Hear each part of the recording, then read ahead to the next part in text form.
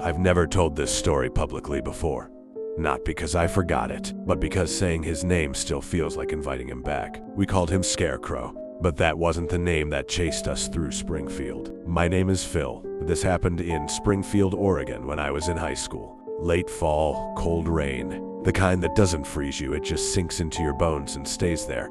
I used to hang around the Springfield bus station skipping class sometimes. That's where I met him, Tyson Palmer. He lingered near the smoking area, always asking for cigarettes. Sometimes he'd trade weed. Sometimes he'd just stare at your hands after you gave him something, like he expected them to move again on their own. He was short, frail, not sick-looking, just hollow. No tattoos, no scars, nothing memorable, except his teeth. Brown, jagged, almost sharp, like something feral pretending to be human. And his eyes. There was nothing in them. No emotion, no curiosity, no anger, just existence. Like whatever plan God had for him got lost somewhere, and he was left behind in some breathing version of purgatory. One morning, skipping school again, I asked him for a cigarette. He wore a leather trench coat and a black trilby hat burned with cigarette holes. He smelled like an overflowing ashtray. He stared at me too long before handing one over. I don't know why, but I told him I didn't want to go to class. He smiled, not friendly, relieved. "You can warm up at my place," he said. "Don't get many guests." I should have walked away. Instead, I followed him. His apartment sat near the railroad tracks off Main Street. One of those buildings people pretend not to notice. Inside was worse. Roaches scattered when we entered. Walls stained dark from years of smoke. No photos, no decorations. No sign anyone actually lived there.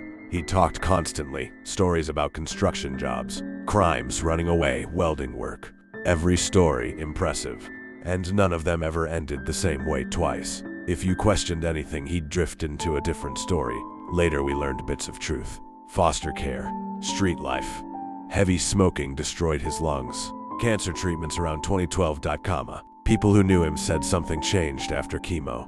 Not his brain, something deeper. By 2016 he survived on caseworkers and whatever. Lies kept a roof over his head. He wanted to be a horror writer, called himself a modern Edgar Allan Poe.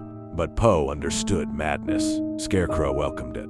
The last time we went there, it was me, Jared, and Brandon. Storm pouring outside, so we stayed longer than we should have. That's when things went wrong. He lit a cigarette and said, "Sometimes someone else drives." His posture changed. His voice flattened, then he picked up an axe from beside the couch. He stared at Brandon. "What cloak are you wearing?" Brandon laughed nervously. "Just a hoodie." Scarecrow tilted his head. "What clan are you from?" The air changed instantly. Old anger. Something hostile wearing him wrong. We barely talked him down. Then he insisted on cooking dinner. Spaghetti, dry noodles filled with roaches, meat that smelled sweet and rotten. He watched us try to eat but never touched his own plate. Watching us was the meal.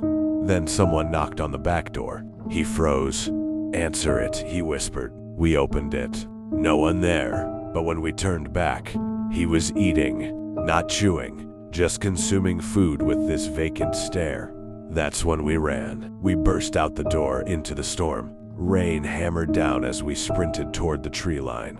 Lightning flashed, and in that flash we saw him running after us. Fast, too fast. We dove under massive tree roots, hiding in a hollow space like an animal den. Rainwater dripped down while we held our breath. Lightning cracked again, and for a split second his silhouette stood in the trees. Taller. Wrong. Then Brandon gasped, the axe slammed through the roots. Ungrateful rodents. He'd circled behind us, The blade struck Brandon's neck. We dragged him free, blood everywhere, panic setting in. Jared threw a rock, striking Scarecrow's head, buying seconds. We ran, Jared carrying Brandon while I stumbled ahead. Lungs burning, heart exploding in my chest. Lightning flashed again. Scarecrow was only 50 feet away, holding his head. "Why did you do that?" he screamed.